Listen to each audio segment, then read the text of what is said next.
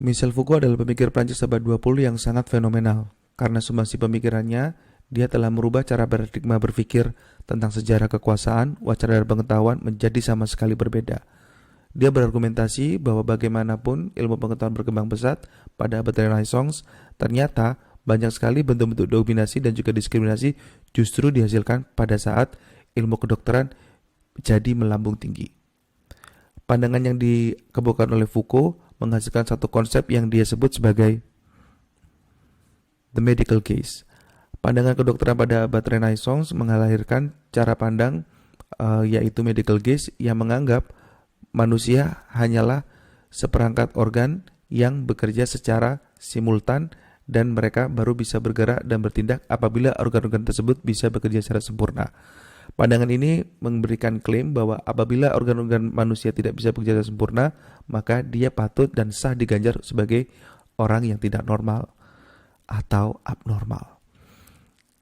Pandangan medis ini tentu saja bersifat dominatif karena membuat seseorang yang mengalami disabilitas dan juga memiliki kekurangan menjadi tidak patut diperhitungkan sebagai subjek dan juga manusia yang memiliki perasaan, jiwa, dan juga emosi. Pandangan psikiatri juga mengalami hal yang sama. Psikiatri pada awalnya menganggap bahwa sebenarnya banyak sekali orang gila karena tidak bisa menjelaskan tindakannya secara rasional. Kegilaan pada masa abad Renaissance tidak lagi dikaitkan pada gangguan kejiwaan yang bersifat histeria, tapi lebih kepada apakah tindakan tersebut bisa dipraktikkan secara rasional dan bisa dijelaskan secara logika atau tidak. Kegilaan-kegilaan ini yang disebut oleh Foucault sebagai proses di mana seseorang mengalami eksklusi atau tidak dilibatkan dalam masyarakat tertentu. Lalu mengapa Foucault menjadi sangat penting sekali apabila dia pertama-tama telah menelaah tentang pemikiran pengetahuan di era Renaissance khususnya klinis dan medis. Penelitian tersebut membawa dia pada dua jenis konseptual bahwa sebenarnya ilmu pengetahuan dan kekuasaan memiliki relasi yang sangat kuat. Maka dia menelurkan dua konsep yang bernama genealogi kekuasaan dan juga arkeologi pengetahuan. Genealogi kekuasaan digambarkan sebagai teknik pendisiplinan yang sangat efisien.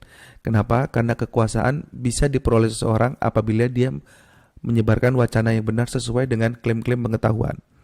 Hal ini bisa saja dilakukan oleh sepasang pacar atau laki-laki yang ingin mendapatkan password dari perempuannya karena dia merasa curiga.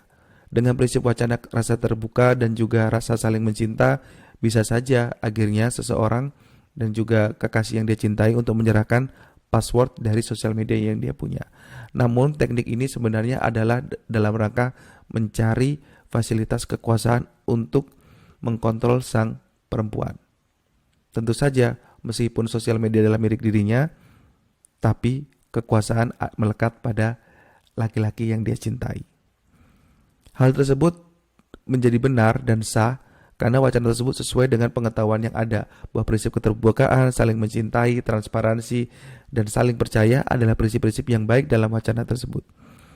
Pengetahuan menyediakan ada prinsip positivitas dalam wacana-wacana yang disebarkan tadi untuk mendominasi perempuan kekasihnya sendiri. Arkeologi pengetahuan lalu menjelaskan ini sebagai bagaimana sejarah sebuah pengetahuan terbentuk hingga menjadi sebuah sistem kebenaran. Kebenaran-kebenaran ini kemudian direproduksi sebagai alat untuk mendominasi. Banyak sekali pengetahuan-pengetahuan yang sebenarnya menghasilkan banyak ketimpangan di realitas sosial. Sistem pengetahuan juga tidak memberikan fasilitas di mana perempuan akhirnya tidak bisa menjadi seorang pilot misalnya. Dan lelaki cadas, lelaki yang berambut gondrong, serba hitam, dan bertubuh kekar sepatutnya tidak menjadi seorang wibu yang mencintai kejepang-jepangan. Atau dia harus mencintai girl band Korea menjadi sesuatu yang dianggap aneh, dicibir, dan bahkan direndahkan. Arkeologi pengetahuan memberikan dua dasar konsep lain untuk menjelaskan bagaimana pengetahuan tersebut menjadi dominan dan menguat pada sistem sosial masyarakat. Konsep pertama adalah episteme. Episteme adalah struktur pemaknaan suatu zaman di mana semua fenomena sosial harus direkontekstualisasi dan juga diterjemahkan sesuai dengan wacana ini. Seseorang laki-laki misalnya, apabila dia tidak memiliki paras yang tampan, maka dia wajib untuk bekerja secara giat mencari uang agar mendapatkan perempuan yang dia idamkan, khususnya perempuan yang berparas cantik. Bagi masyarakat tidak apa-apa memiliki paras yang tidak tampan, tapi jika Anda memiliki uang, maka hal tersebut bisa dilegalkan atau disahkan. Sebaliknya, bila Anda tidak memiliki paras yang tampan dan wajah yang pas-pasan, apalagi uang yang tidak ada, maka pasti ada prasangka-prasangka buruk lain yang dihadirkan pada diri Anda, karena tidak sepatutnya Anda mendapatkan perempuan cantik. Episteme pada peristiwa ini adalah episteme tentang logika uang atau kapitalisme. Kapitalisme menyihir kita semua agar merujuk bahwa uang menjadi alat pembenar dari semua tindakan yang harusnya terjadi dalam realitas sosial. Perayaan wacana ini selalu digembar-gemborkan melalui formasi diskursif, yaitu konsep kedua. Formasi diskursif adalah upaya penyebaran wacana hingga menjadi opini. Bisa berupa institusi, seperangkat pernyataan, atau bahkan melalui karya sastra seperti novel yang sering kita baca. Novel-novel sering sekali menggambarkan percintaan tentang laki-laki yang tampan dan perempuan yang cantik. Dan tema-tema ini sangat digemari dalam novel-novel kekinian. Uang menjadi logika atau episteme tentang bagaimana sebenarnya kebenaran bisa direproduksi karena sesuai dengan wacana yang ada. Foucault melanjutkan prinsip keduanya, yaitu tentang genealogi kekuasaan, untuk melihat bahwa kekuasaan sebenarnya adalah teknik pendisiplinan. Teknik pendisiplinan adalah bagaimana seorang menjadi bisa dikontrol dan mendisiplinkan dirinya sendiri karena dia menginternalisasi banyak sekali kode-kode sosial dan juga kepatutan-kepatutan yang diterima oleh masyarakat. Dalam konsep bekerja misalnya, apabila seseorang keluar dari rumah memakai baju rapi dan pulang larut malam dengan muka lesu dan juga cemberut, itu hal yang dibenarkan karena begitulah memang seharusnya bekerja. Proses-proses ini membuat orang mengalami subjektifikasi atau proses penormalisasian, mengiyakan segala sistem wacana yang berada di masyarakat sebagai suatu kebenaran umum yang mutlak. Seseorang yang tidak bisa masuk dalam kategori ini akan menghakimi dirinya sendiri bila tidak sesuai dengan konsep kerja, pulang jam 8 malam dan berangkat jam 7 pagi. Padahal ada wacana-wacana lain yang mungkin masih minoritas pada era sekarang bahwa bekerja secara digital sangat memungkinkan. Apalagi tiba-tiba Anda menjadi kaya bila bekerja secara digital. Tentunya banyak sekali orang-orang yang akan menganggap Anda sedang melakukan pesugihan. Wacana-wacana seperti ini sangat didominasi dengan hadirnya institusi-institusi yang turut menyebarkan opini-opini tentang bagaimana bekerja seharusnya terjadi, yaitu kantor, industri konvensional, dan juga pabrik-pabrik yang membutuhkan buruh mendukung penguatan wacana bahwa pekerja memang harus berpakaian rapi, berangkat jam 7, dan pulang jam 8 malam, walaupun dengan upah yang kadang-kadang tidak sesuai. Proyek kontrol ini dia sebut dengan penjara panoptikon atau sistem panoptisme. Panoptikon ini mengilhami Michel Foucault karena dia menunjukkan bahwa sebenarnya sistem kekuasaan bisa terjadi dengan cara kontrol sosial yang sangat efisien dan ekonomis. Panoptikon didesain oleh Jeremy Bentham, seorang intelektual Inggris yang melihat bahwa penjara yang dia desain hanya cukup satu penjaga untuk mengontrol ribuan narapidana. Cukup dengan taruh satu buah gedung yang berisi cahaya yang bisa menyorot seluruh ruangan, maka masyarakat dalam penjara tersebut merasa terpantau, meskipun bisa saja dalam menara itu tidak ada orang satupun. Cukup seseorang yang mengkontrol lampu saja.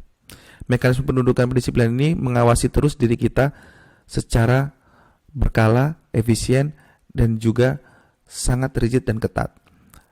Ini hal yang sangat mudah sekali diterjemahkan dalam era modern.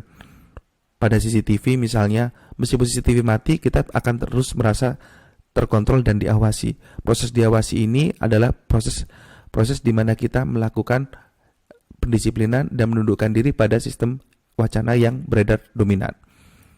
Dalam kasus yang sangat remeh, tapi juga sangat signifikan untuk dibicarakan, omongan tetangga juga menjadi panoptikon tersendiri. Karena terkadang omongan tetangga membuat kita harus melakukan sesuatu yang sesuai dengan apa yang mereka katakan.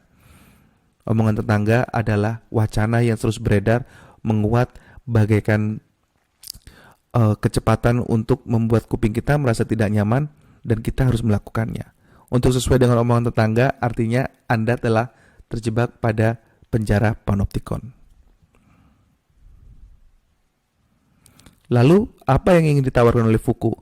Perhatian Foucault adalah bagaimana kita bisa memeriksa wacana yang digunakan sebagai bentuk kekuasaan dan mendisiplinkan diri kita secara sukarela.